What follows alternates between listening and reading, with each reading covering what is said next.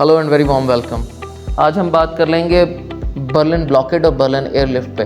1948 और 1949 में होने वाला ये इंसिडेंट, यहाँ पर हमें क्लियर डिवीजन नज़र आती है ईस्टर्न ब्लॉक में और वेस्टर्न ब्लॉक में। अगर देखा जाए तो ईस्टर्न ब्लॉक को सोवियत यूनियन हेड कर रहा था और वेस्टर्न ब्लॉक को यूएसए हेड कर रहा था।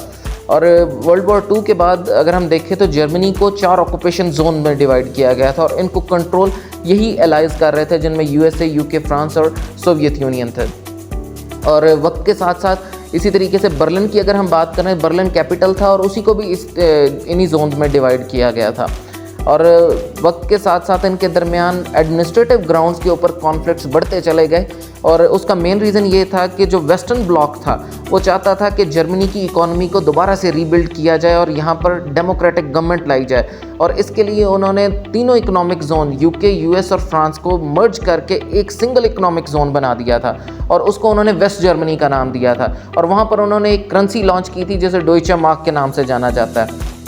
जबकि सोवियत यूनियन की अगर हम बात करें तो सोवियत यूनियन चाहता था कि हाँ भाई इसको काउंटर किया जाए और इसको, क्योंकि वो उसकी बर्दाश्त में नहीं था कि सारे का सारा कंट्रोल वेस्टर्न ब्लॉक के हिस्से में चला जाए।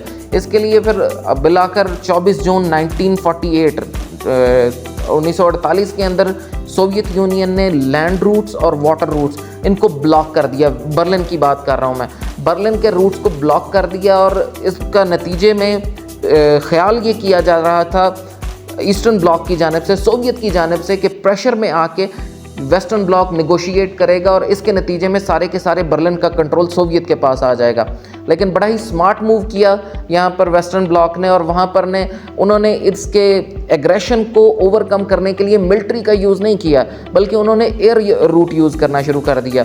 अगर हम देखें तो 26 जून को ये ऑपरेशन स्टार्ट किया गया था, जिसमें वेस्टर्न ब्लॉक की जानिब से तकरीबन 2,78,000 के करीब फ़्लाइट्स ने 2.3 million tons of supply Berlin शहर को दी, जिसमें फूड की सप्लाई फूड की फॉर्म में दी गई, कोल की फॉर्म में दी गई, मेडिसिन की फॉर्म में दी गई।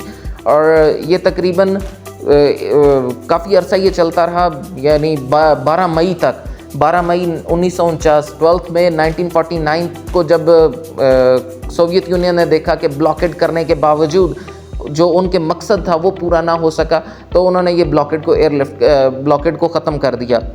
लेकिन अगर हम वेस्टर्न ब्लॉक की बात करें तो उन्होंने फिर भी अपनी फ़्लाइट्स जो हैं वो जारी रखी थी और 30 सितंबर 1949 को जाके उन्होंने ये अपना एयरलिफ्ट बंद किया था, क्योंकि वो उनके जहन में ये भी एक खदशा था कि शायद दोबारा से फिर से ये सोवियत यूनियन की जानिब से ब्लॉकेड आ जाए। इसलिए उन्होंने फ्यूचर में इस ब्लॉकेड से बचने के लिए सप्लाई एक्स्ट्रा रखने के लिए वहाँ पर 30 सितंबर तक इस एयरलिफ्ट को जारी रखा था। सो ये एक कोल्ड वार का एक अच्छा खासा हमें नज़र आता है कि जहाँ पे ईस्टर्न और वेस्टर्न ब्लॉक था। That's all about this.